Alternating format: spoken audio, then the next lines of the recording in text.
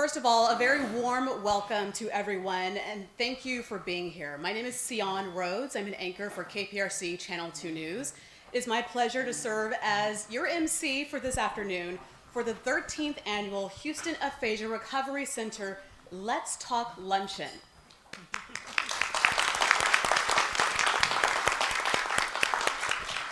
We want to thank you all for being here as we support the very important work of HARC. At this time, please help me to welcome one of HARC's community partners, the Rabbi Joshua R.S. Fixler, Associate Rabbi from Congregation Emmanuel.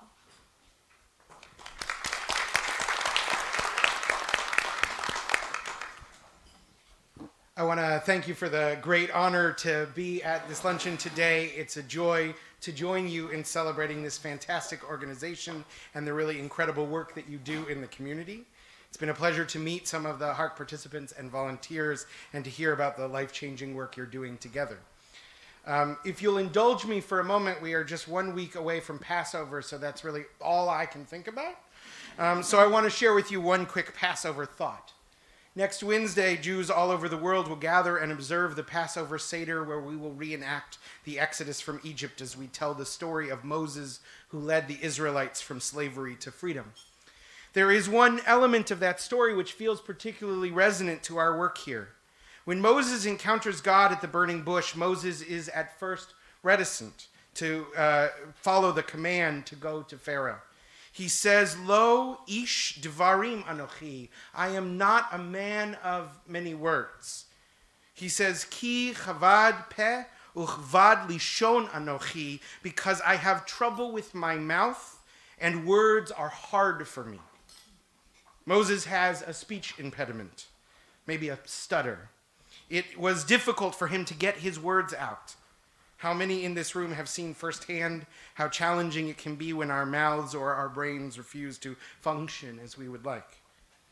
I read real pain in these words. Moses wants to fulfill God's mission, but he fears the challenges that lie ahead. But God is unfazed. God has chosen Moses not in spite of his disability, but maybe because of it. Because of the empathy that Moses' struggles have inculcated in him. So God tells Moses to bring his brother Aaron to interpret for him. And many in this room know the amazing feeling when you can be like Aaron and help someone to find their voice. But there's something about this text that I come back to again and again. After the burning bush, Moses' speech impediment comes up just one more time after Moses and Aaron's first attempt to convince Pharaoh to let their people go. And after that, it's never mentioned again. In fact, the entire book of Deuteronomy is a collection of Moses' speeches. He's apparently come a long way from the days of being hard of speech. Rabbi Howard Jachter proposes that maybe Moses, as he found new purpose, his speech challenges began to fade until they were unnoticeable. And there are those in this room who may identify with that experience. Through hard work and HARC support, many have found their voices again. Many have overcome huge obstacles. And it's an incredible testament not just to this organization, but to your hard work and perseverance. But this is not always the case. There are those who, despite their perseverance and painstaking efforts, still face challenges associated with aphasia. And this brings me to a second interpretation of Moses' speech difficulties, one I happen to like a lot more. Maybe it was not that Moses learned a new way of speaking. Maybe the Israelites had to learn a new way of listening. Maybe they restructured their community in a way where Moses' unique speech pattern was no longer an obstacle. They had to seek out ways to hear him and understand him. At first this was challenging, but once they did it, it was transformational. It was as if his speech impediment was gone. They had changed their culture so completely that his challenges were no longer of note, not even worth writing about. And this, I think, is the true blessing of HARC. Not only are you helping people to find their voices, you are also teaching people a new way to listen. It is a listening that is more empathetic, more patient, more curious, and more loving. And that listening is changing our broader community for the better. In a moment in our country and our world where listening is in short supply, you are our teachers and our guides of a new, more expansive way to listen. So I want to bless this day. I want to ask God for God's continued blessing in HARC's work of speaking and of listening, of advocating and of changing lives. May we all continue to grow in our ability to express what we need and our ability to hear the needs of those around us. May we be granted wisdom and patience in this work, and may loving kindness never be in short supply. I'll end with words from my tradition. Yihiyu l'ratzon imrei fi, v'hegyon libi lefanecha Adonai tzuri v'goali. May the words of our mouths and the meditations of our hearts be acceptable to you, our rock and our source of redemption. And we say, amen. Amen. Thank you so much, Rabbi Fixler, for that incredible invocation. Good work. Today, it is an honor to serve the community that has lost their voice due to aphasia. Some may not know what aphasia is, but it is a difficulty with communication, speaking, or understanding words as a result of a stroke or brain injury. HARC participants have formed a choir called the HARC Heralds, and they are directed by music therapist Ingrid Muller and Nia Williams from the Harrison Center for Music Therapy, LLC. Please join me now in welcoming the HARC Heralds.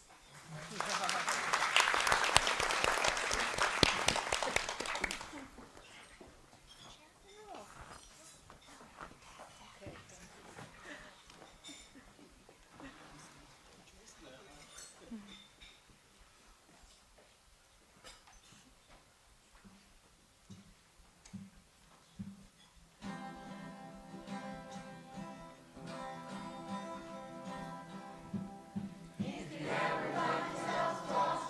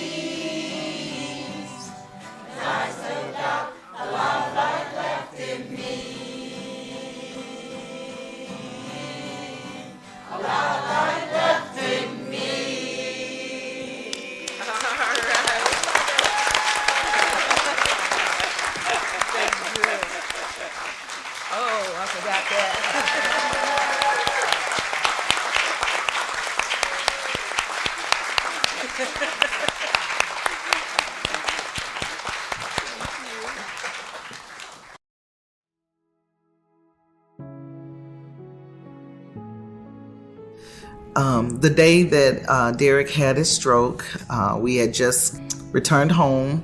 He was grilling and grilling burgers, right? And I was working on paperwork for his business. When I noticed that he wasn't responding and he wasn't getting up, when I looked back, that's when I seen him, how he looked as he collapsed on the floor. When I saw Derrick lying there on the floor, I knew something was wrong. He wasn't moving. Grabbed my phone and I immediately called 911. The ambulance got here in no time. I had to explain. They just walked me through what happened. And so they pretty much, knew, and they mentioned to me about, at that time I didn't know what was going on, but they mentioned about a possible stroke. We got a chance to speak to a neurologist through Zoom. And so after they ran a few tests, he talked with me. He said, I'm just going to be, honest. And the one thing I wanted to know is, does he recognize me? Will he know me, after all of this? What does all this mean? There was a moment when, he started to, try to really focus in and make, eye contact. And he grabs my hand, and I knew, we connected. We were connecting. I knew him, and he knew that I knew and understood. But little by little, he started to come around. One day he just started to move the right side. But the doctors kept saying that regain his strength. And he's a strong man, and I was having trouble understanding that. How can you one day have these muscles and you're strong, and then the next day, what happens to the muscle? The muscle didn't he didn't lose his muscles. And so that's when they really explained to me, it's not about that kind of strength. His muscles are still there. It's that the neural pathways have been damaged in his brain. First time that I heard of the word aphasia was through the speech therapist.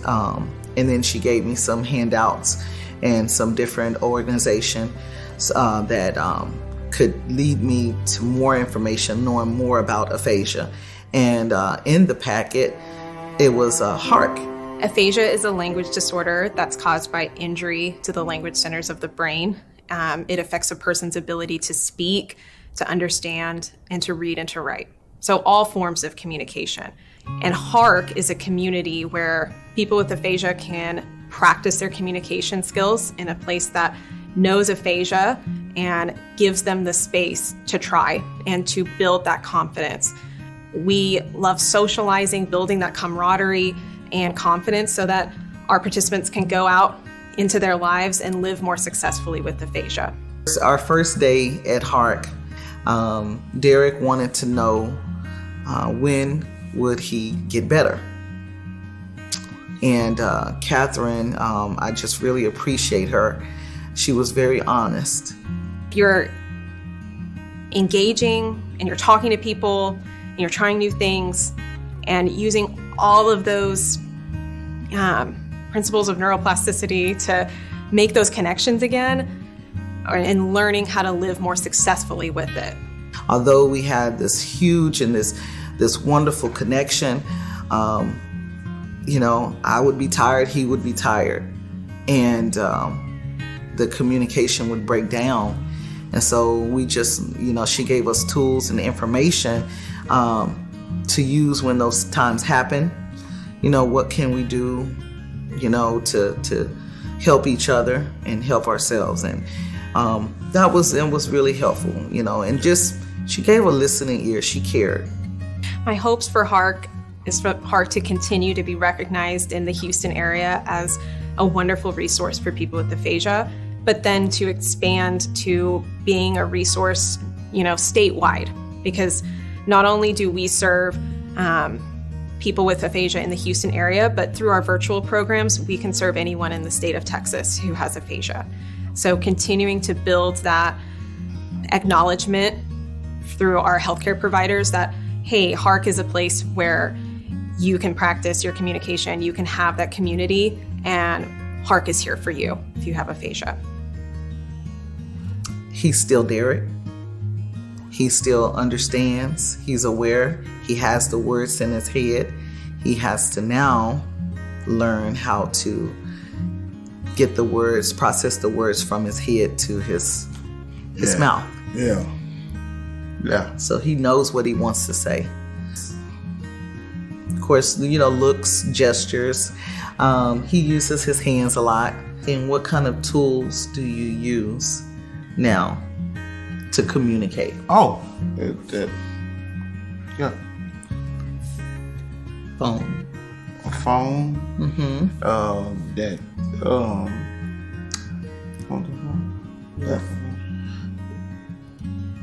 The notepad. Yeah. A phone. Yeah. Mm-hmm. And then paper. Yeah. What we would say and share to a family that's new to aphasia is that it's going to be okay. And You're going to get better. yes.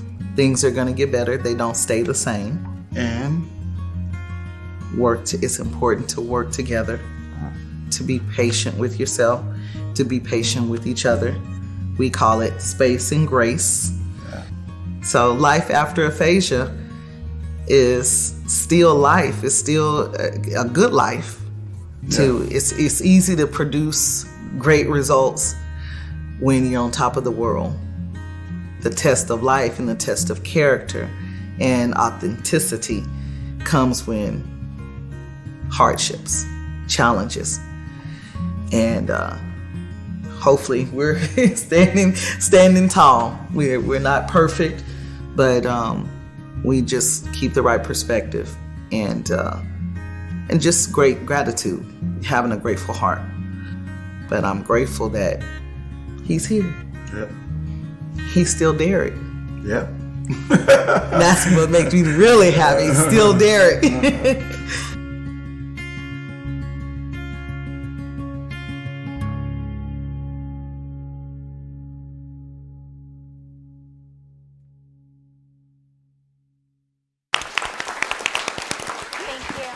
And now, please help me welcome two HARC heroes, Kendra and Derrick Jefferson.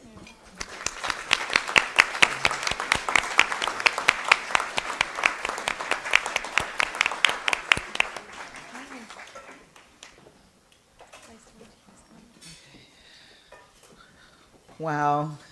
Hello, everyone.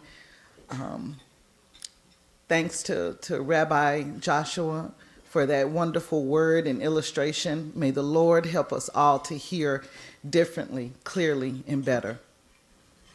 My name is Kendra Jefferson, and I'm truly grateful for the HARC community. Last year, we were given so many resources while we were at the hospital. I wasn't organized, and I didn't know how to put a plan together to move us forward. I didn't know where to start, but I called HARC, and I found community and hope. I was able to put together a plan to move us forward. I'm so proud of my husband, Derrick, and his progress. We love coming to HARC, and we thank you all for your donations and your time and your efforts. Thank you.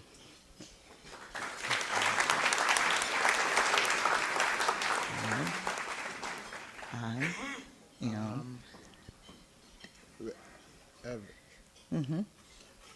And I'm blessed. Say it into the mic. I'm blessed.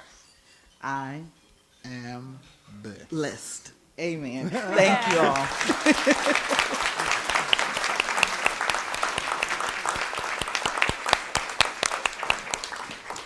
Thank you so much, Kendra and Derrick, for sharing your story, an amazing and courageous story, illustrating the power of love and partnership, and also, of course, the power of HARC. Please help us help HARC continue to serve people with aphasia. There are, as you see, volunteers going around the room right now wearing those lovely red aprons. They can pick up your donations and help us continue this work.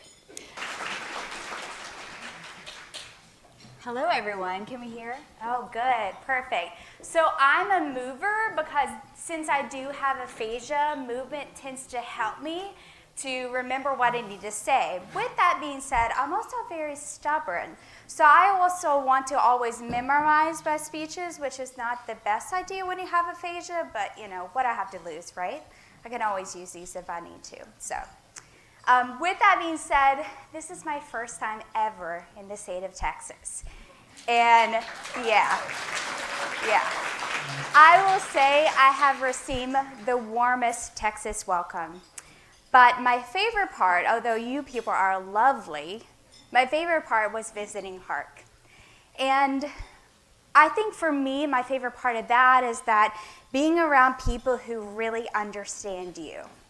And not understand you because they have a certain degree that makes them qualified to understand what you're going through, or they worked with people like you for a long time so they understand what your diagnosis is, but people who understand the highs and the lows and the triumphs and the trials and the sadness and the joy of what aphasia and stroke brings into your life.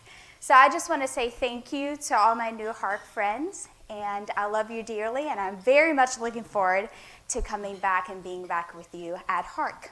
So, yeah.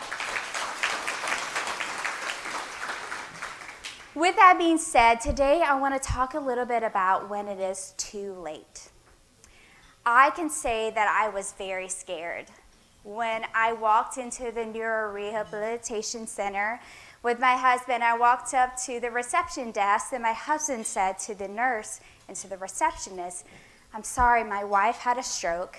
She cannot speak, move, read, or write at all. And we were told to come here to get speech, occupational, and physical therapy.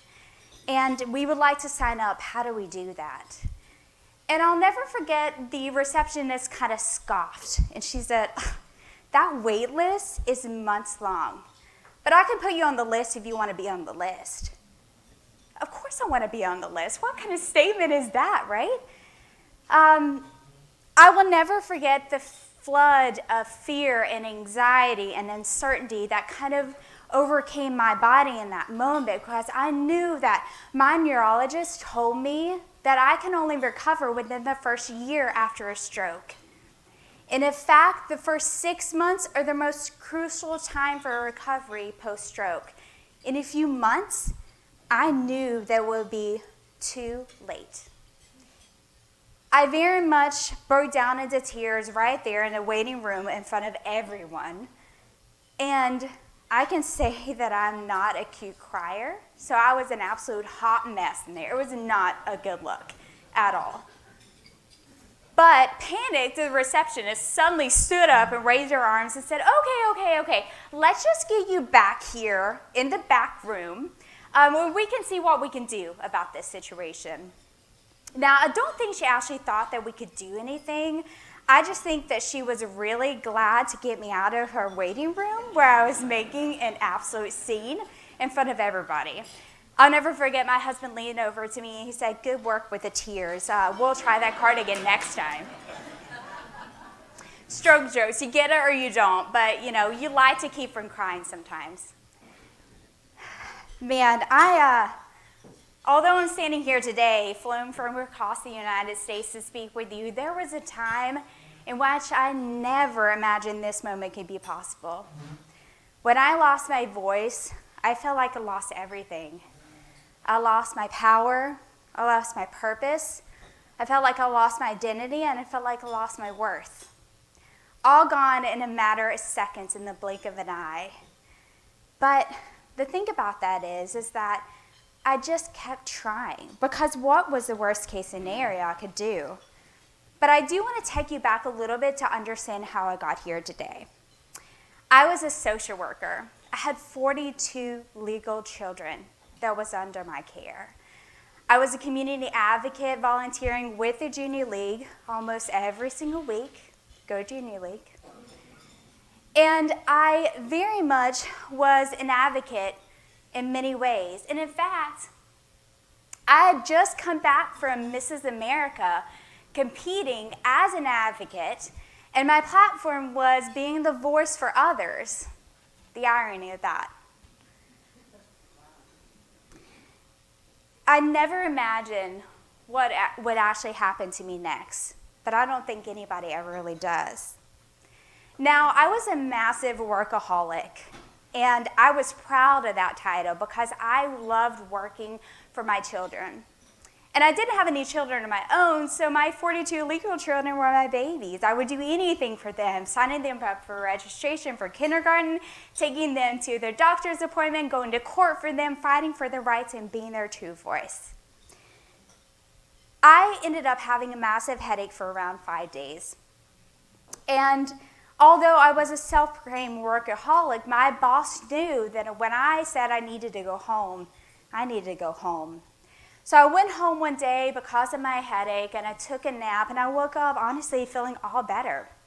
I sat down on the couch with my husband beside me. I was working on my laptop to catch up from work earlier that day. And all of a sudden, I felt a little dizzy. And I didn't think a lot of it, but suddenly I heard a loud pop in the back of my head. And it kind of fizzled out and sounded like a firework when it explodes in the sky. I knew that something was deeply wrong in that moment. I tried to tell my husband, who once again was sitting right next to me, that something was wrong, but unfortunately, I could not move or speak at all. I was screaming inside, but nothing was coming out, and I just couldn't figure out how that was even happening.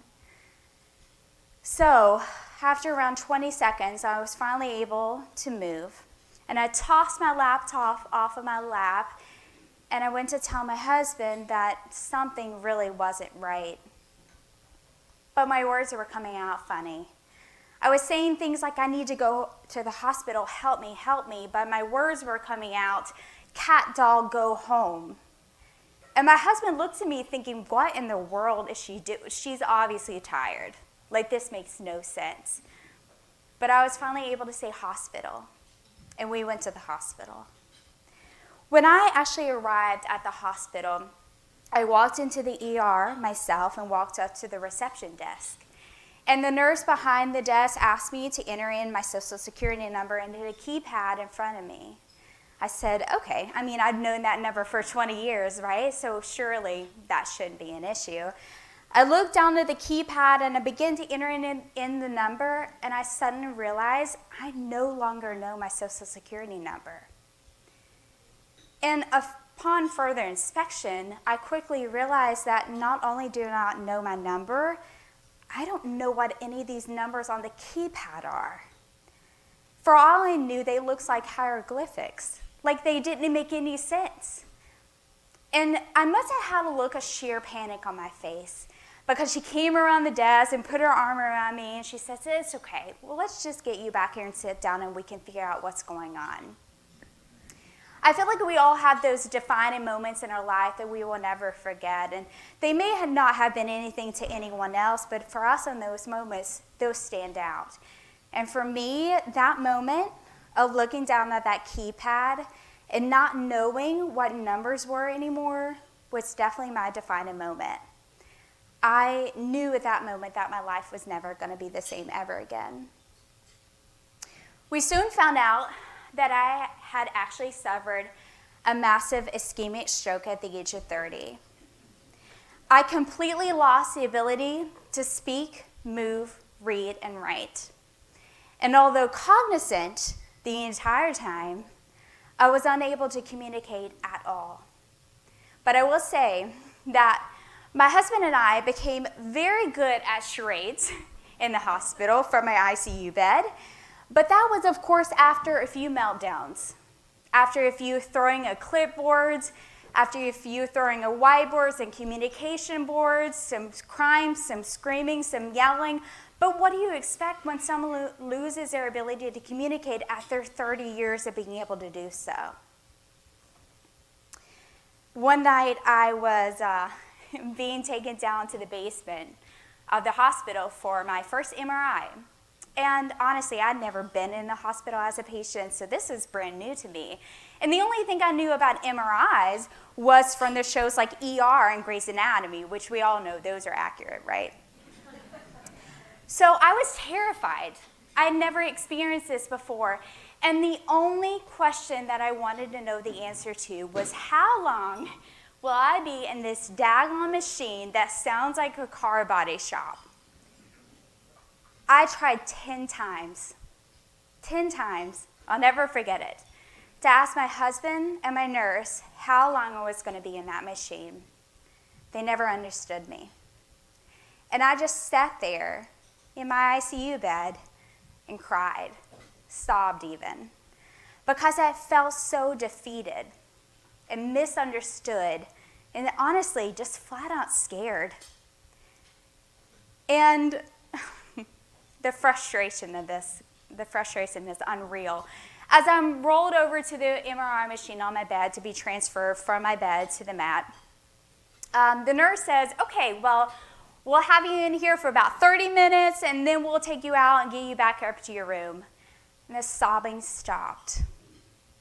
And my husband looked at me and he said, "Oh, that's what you wanted to know the entire time, wasn't it?" The simple pleasures of being able to get an answer when you're scared. The entire time I was in that MRI machine, I kept thinking about the fact that the power of being seen, heard, and understood are widely underestimated. And I can easily say, not proudly, but easily, that I had completely taken my power to understand and speak for granted my entire life until that moment that I was in the MRI machine. And I realized that it was too late. One night,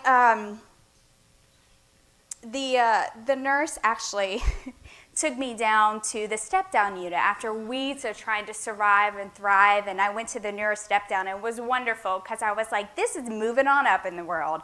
Moving down on the floor means you move it up in the world. I learned that in the hospital. So I was sleeping soundly, and I felt my phone vibrating on the tray beside of me. And I pick up my phone, and I begin to look at it. And I quickly realized that, that I didn't know what the letters were on the phone. So, that was a bust. But I tried to read it. But I guess I had changed the setting on my phone to 88 decibel, and my phone read out the name to me. And it was Andrea. No way. Now I know you're thinking, who the heck is Andrea? So let me fill you in a little bit. So 6 months prior, I had applied for my dream job of being a community presenter and educator. And every month for 6 months, I called the job to see about my status of the job application. And every month, for 6 months, Andrea answered the phone, the director of HR, and told me, I'm so sorry, we haven't made any progress yet. It's not you, it's us. I love hearing that. And so, but as soon as we do get your application processed, we'll let you know as soon as we can. Man, I gotta tell you, when I heard her name on my phone, I freaked out. And I answered. And then I realized, I can't talk. So, I kind of just sat there with Andrea on the other side of my phone, and I hear her saying, Jeri, hi, this is Andrea. I just wanted to touch base with you about the job, and I kind of grunted, not cute for your new employer. And I hear her saying timidly, okay, well, we want to see if you wanted to interview next week. Perfect, right? I was very, very frustrated that I waited 6 months for this job interview, and you decided to call me, a month after I have a massive stroke and cannot communicate at all? Great. I knew that this was too late. I just kind of grunted again, and she timidly continued with trying to schedule. Oh man, I can't make this stuff up. So as I was sitting there listening to her, trying to schedule my interview next week, I immediately burst into tears. And I do want to say, before I continue, in the past 3 stories I've told you, I've been crying. I'm not a crybaby, okay? This was just a really stressful time in which I didn't know what was going on. I couldn't communicate. It was a mess. But I burst into tears, and of course, her on the other side of the line is saying, what's going on? Are you okay? Do you need help? Over and over and over again. And you know what I did? I hung up the phone. I couldn't respond, and then I just thought, great, I hung up on the director of HR at my dream job. I knew it was too late then. That was game over. So I must have been crying so hard that my heart rate, blood pressure machine started going off, and a slew of nurses came running into the room panicked. And I'm sitting there fine, and they analyze that I am okay. And so my husband comes running into the room, seeing a mass amount of people running into his wife's room, and they say, he's looking at me saying, what happened? And I'm wiping away my tears, once again, not a cute crier, right? So I'm wiping away my tears, and I point over to my phone, and he picks up my phone, and he looks at it, and he says, Jeri, you answered the phone? How? You can't talk. So I want to pause for a second. Raise your hand if you're married or have ever been married.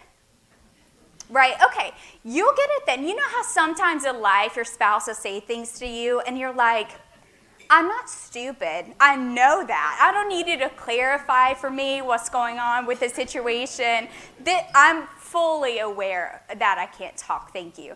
And honestly, he better be grateful that I couldn't talk in that moment because he probably would have got a mouthful.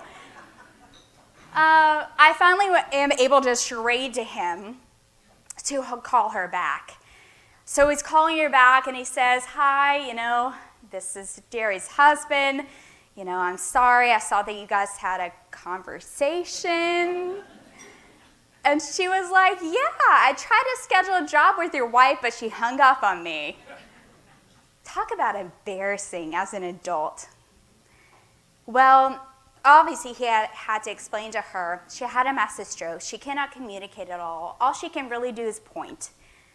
And Andrea felt awful because she thought that I hung up on her because I didn't want the job after calling every month for 6 months in a row. And she said, I'm sorry. I'm so sorry to hear that. I really hope that she gets better.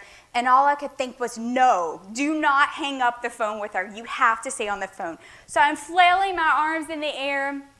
And my husband says, well, wait, I think she wants me to ask you something. And I'm pointing, and I don't know what I was pointing at. I don't know what he would get from that, but I was pointing everywhere. And he said, I think that she may want to interview. And he looked at me like I was nuts. And I looked at him like, if you do not schedule that interview, I'm going to get out of this hospital bed and hurt you. You better schedule that interview. So he said, she wants to interview. What can we do? And Andrea, the sweetheart that she was and is still to this day, said, okay, well, I guess we can do that if you want to. I think she just a pity card. I said, think what that was. But I'll take whatever I can get at this point. She said, let's give her a month to recuperate and settle back in and get back with life, and then we can schedule the interview. When I tell you the joy that I felt in my body and soul, because I had a chance, I had a shot. I had someone who could believe in me. I will say that was deeply, deeply realized when I remembered I can't speak. How in the world am I going to be a community educator and presenter without a voice? But I thought, we'll figure that out later. For now, I have a mission. I have something that I need to do. So let's flash back forward. I'm in the Neurorehabilitation Center. This is where I spent a lot of my time. And I'm in the back waiting room with that receptionist who thinks I'm crazy because I'm crying hysterically in her waiting room. And she looks at me and says, okay, why don't we get you in for one speech therapy appointment a week? And I start crying again. And then she's like, okay, all right, 5 times a week. And I'm like, that sounds better. That wasn't on purpose, I swear, but it happened that way. But then she quickly follows it up with, I just want to make it known that after your 7 appointments that your insurance will cover, you will owe $135 a session. Between speech, occupational, and physical therapy, I would have 15 sessions a week. That's a lot of money. I was a social worker. But what other choice did I have, right? I had to make work. I had to find the money. I had to get my life back. I had no HARC. We have nothing where I live. This was the only option for me to see any resemblance in my life again. So every day of the week, I sat in this same chair in my speech therapist's office. And I looked up at a sign in front of me every single day that said, speak with intention. And we started with 1-syllable words, and then we were able to move to 2. What's this? Bow. Mouse. Map.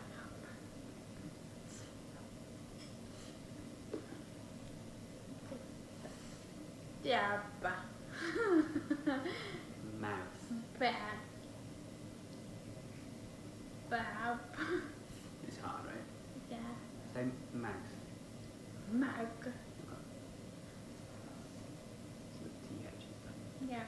Alright. Male. Mayo. Not mayo. Male. Meow. Next one. I made that face a lot. It's so frustrating when you can hear the words inside of your brain and you know the words and you're trying to say them and they come out like that. I don't know how else to explain that to anybody who hasn't experienced it, but that is the most uncontrollable feeling in the entire world, when you have no control of your own mind and body. One of my fondest memories of speech therapy was when I was asked to name as many items as I could of clothing in 60 seconds. I do pageants. I got clothing down. If there's one thing I know, it's clothing. You know how many items I was able to name? 1. 60 seconds, I could name 1 item of clothing. And the best part, you know what that item was? Socks. The irony of that, I hate socks. I have no idea why that's the only one I can name, but what I have learned is that aphasia works in very, very mysterious ways that we can't often understand. One thing that I always appreciated about each and every single one of my therapists is that every single time I had therapy, they would ask me what my goal of therapy was. And I would always say, without a doubt, to get my dream job in a month. My favorite thing about them, no matter how crazy that goal was, they didn't blink or hesitate one bit. All they did was look at me and say, let's get that dream job. Whatever we got to do, let's figure it out. We practice interview questions. I practice relearning the letters of my name, how to write my name. Thank God I only have 4 letters in my name, because that could have been really rough. Thanks, Mom and Dad. And then I learned how to read a clock, which seems super simple, right? We don't have to go the old school way. It could be analog. But if you don't know what the numbers are, you don't know how to tell the time. And if you don't know how to tell the time, you're an adult who is lost in space and time, who is just at mercy of everyone around you. One of the most beneficial things that I learned, and I'm using it here today, don't let me fool you, is I learned how to replace words with something similar if I couldn't think of what that word was. And although that seems like, oh, of course you do that, when you can't remember words, all words, it's a challenge. But it was the most humbling experience of my entire life. And 30 days later, I walked into that interview. In front of 10 people, I gave a 15-minute presentation. Guys, I gotta be honest, it wasn't great. Oh man, but I tried. And I knew that I really wanted the job. But honestly, even if I didn't get it, at this point, I was just so proud of myself. Because I tried. I'd done what most said was absolutely impossible. And I gave it my all. And at the end of the day, I was proud of myself and what I had achieved, regardless of the outcome of the job. After all this time, I realized that healing is the ultimate form of vulnerability. And that doesn't mean that you show up magically on the other side declaring the victor, but rather you show up humbly, with your heart open, full of patience and compassion for yourselves and others. And when you're ready, indeed, to take your power back, it often doesn't come from a place of sound resolve. It comes from a place of sheer desperation. And when I tell you I was desperate, I was really desperate to get my life back. Aphasia's been hard. I can't lie. Sometimes I feel incredibly dumb. Sometimes when I'm looking at an item in front of me that I use every single day of the week of work and I can't remember the name of that item, I fear that others think that I'm dumb. Sometimes I get embarrassed by my lack of memory. And I can easily say that still to this day, I have days where I just want to get in bed and cry because I miss how my brain worked before my stroke. But I'm not a crybaby, remember. Focus on that. But I keep pushing forward because at the end of the day, I've realized that it is never too late. And the only day that is too late is the day that your life ends. So until then, it's all fair game.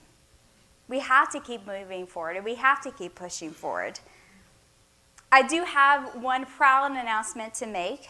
It's that I do believe that a lot of my neurologists were incorrect because I actually made the most progress after year 1. And thank God I didn't let anyone put their limitations on me and my abilities.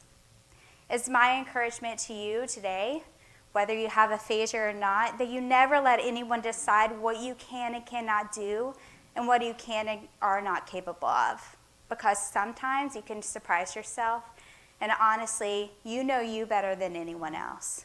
despite any medical degrees. So if you are wondering, I did get the job.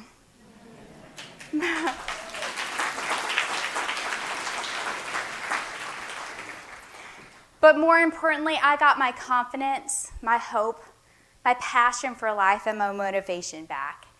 And it certainly does not look like the life that I had before my stroke, but in a lot of ways, it's a lot better than before. Now I just take my aphasia, my forgetfulness, my stuttering, and my slurring with me everywhere I go. I take it with me to Portugal to advise on stroke policies with the United Nations. I take it with me to state houses all over the U.S. to change stroke laws and make stroke laws to be able to provide better transportation, higher recovery rates, and less disability rates all over the world. And the most fun is I take it to schoolhouses, boys and girls clubs, and girls' inks all over the world. I've taught in 29 countries as of today.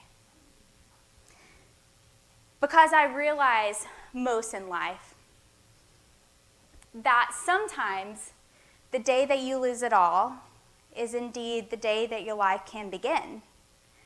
And it's not often seen like that, but sometimes you had to be pushed to your ultimate limits, a point which you didn't think you could get back from to truly live again. And I just want to say that it is never, ever too late. Thank you.